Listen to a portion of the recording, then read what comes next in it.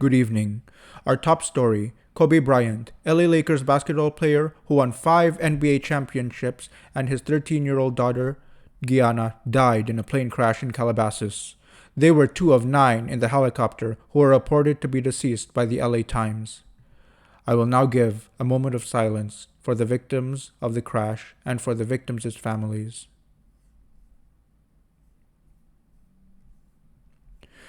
In lighter news, President Donald Trump unveiled the new logo for the United States Space Force, which the president tweeted to be the sixth branch of our magnificent military. Afterwards, The Verge published an article showing Miriam Kramer's tweet, placing Star Trek's Starfleet Command logo and the U.S. Space Force logo side by side, to suggest stark similarities between the two logos. As The Verge states, the logo appears to borrow heavily from the fictional logo of Starfleet from the Star Trek universe. On to our next news. Israelis are now able to travel to Saudi Arabia for religious and for business purposes. This decision was announced by Israel's Interior Minister Aryeh Deri. However, the Jerusalem Post reported that Israelis on a business trip have a limit of only 9 days to stay in Saudi Arabia, and all travelers still require permission from the Saudi Arabian government and from Israel.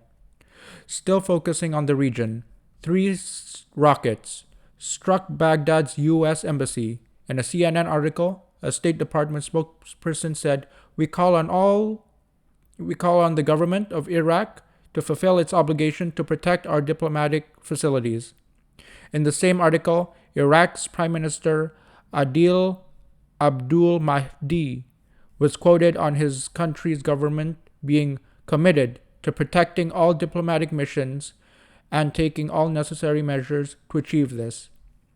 In ending this report, we would like to still focus on the Middle Eastern region, as U.S. President Trump is preparing to unveil a Middle East peace plan, according to the Western Journal. President Trump will be revealing this plan as 2 Israeli leaders will be expected to give a White House visit. This deal, which the article claimed Trump has billed to be the deal of the century, aims to give Israel total sovereignty in New Jerusalem and to allow the annexation of the West Bank settlements. These reports were announced on Israeli TV and were dismissed by President Trump. As the Times of Israel states, U.S. President Donald Trump subsequently dismissed as purely speculative reports on the details of the plan and the timing of its release.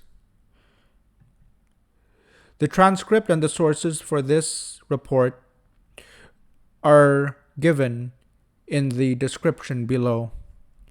Thank you.